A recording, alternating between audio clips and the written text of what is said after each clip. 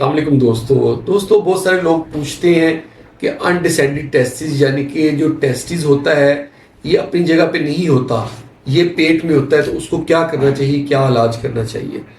تو یہ بہت ضروری بات ہے، سمجھنے والی بات ہے کہ ٹیسٹس کا اپنی جگہ پہ ہونا ضروری ہے۔ بہت سارے ہمارے پاس پیشنٹ آتے ہیں، وہ بہت لیٹ آتے ہیں۔ جب وہ ہمارے پاس آتے ہیں تو بہت ٹائم گزر چکا ہوتا ہے، ان کے پیٹ کے اندر ہی ٹیسٹس ہوتا ہے، ماں باپ دیکھتے نہیں ہیں۔ اس لیے جب بچہ پیدا ہو، خاص طور پہ جب لڑکا پیدا ہو، تو لازمی اس کے ٹیسٹس دیکھیں کہ دونوں خصیے نیچے موجود ہیں یا نہیں ہیں۔ اگر دونوں خصیے موجود نہیں ہیں تو آپ لازمی طور پہ اس کو چیک کروائیں، ٹیسٹ کروائیں اور اس کو آپریٹ کروائیں۔ تو اب اگر بچہ چھوٹا ہے تو ہم دیکھتے ہیں 1 سال تک یوزلی ان بچوں کے جو ٹیسٹس ہوتے ہیں وہ نیچے آ جاتے ہیں اور نارمل ہو جاتے ہیں۔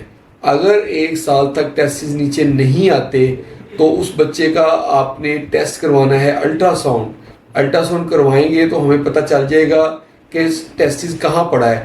یا تو وہ انگوائنل کنال میں پڑا ہوتا ہے، ایک کنال ہوتی ہے، ایک ٹیوب ہوتی ہے جو پیٹ سے لے کے ٹیسٹس تک آتی ہے، اس کو انگوائنل کنال کہتے ہیں۔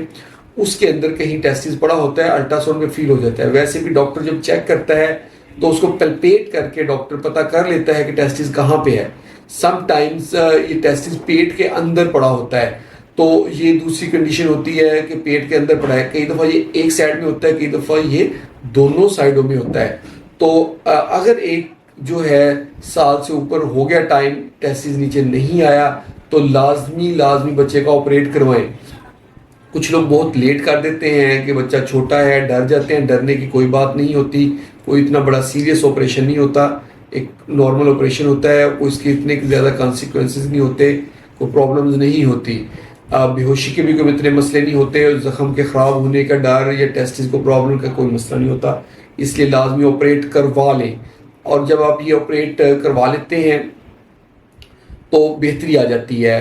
اگر بچے کا ہم 8-9 سال تک آپریٹ نہیں کرواتے تو اب یہ ٹیسٹس اگر پیٹ میں رہا ہے اتنا عرصہ تو یہ ٹیسٹس ضائع ہو چکا ہے۔ اب یہ آپریٹ کروا کے نیچے لانے کا کوئی فائدہ نہیں ہے۔ اب ٹیسٹس اگر ایک سائڈ کا تو اس ٹیسٹس کو نکلوا دیں، تاکہ اگر اس میں ان فیوچر ٹیومر نہ بن جائے، کیونکہ اس ٹیسٹس میں ان بورن پرابلم ہوتا ہے کہ ٹیومر بن جانا، کیونکہ یہ ٹیسٹس خراب ہوتا ہے، اس میں ٹیومر بننے کے چانسز 35 گنا زیادہ ہوتے ہیں۔ تو آپ اس ٹیسٹس کو نکلوا دیں۔ اگر دونوں طرف کے ٹیسٹس اوپر ہیں تو آپ نے ان کو کوشش کرنی کہ ان دونوں کو نیچے لے کر آئیں، اور ٹائم اگر 9 سال سے اوپر عمر ہو چکی ہے پھر آپ نے اپنے ذہن میں یہ رکھنا ہے کہ وہ کام نہیں کر رہے۔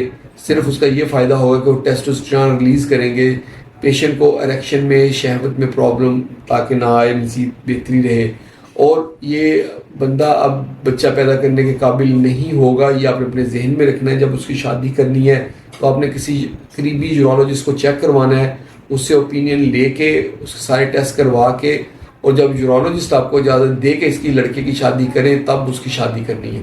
یا پھر اگر وہ شادی کرنے جا رہا ہے تو کسی ایسی لیڈی سے شادی کرے جو ڈائیورسی یا وڈو ہو، یعنی کہ اس کا بھی آلریڈی بچہ ہو اور وہ اپنے خاوند سے علیحدہ ہو چکی ہو یا اس کا خاوند فوت ہو چکا ہو۔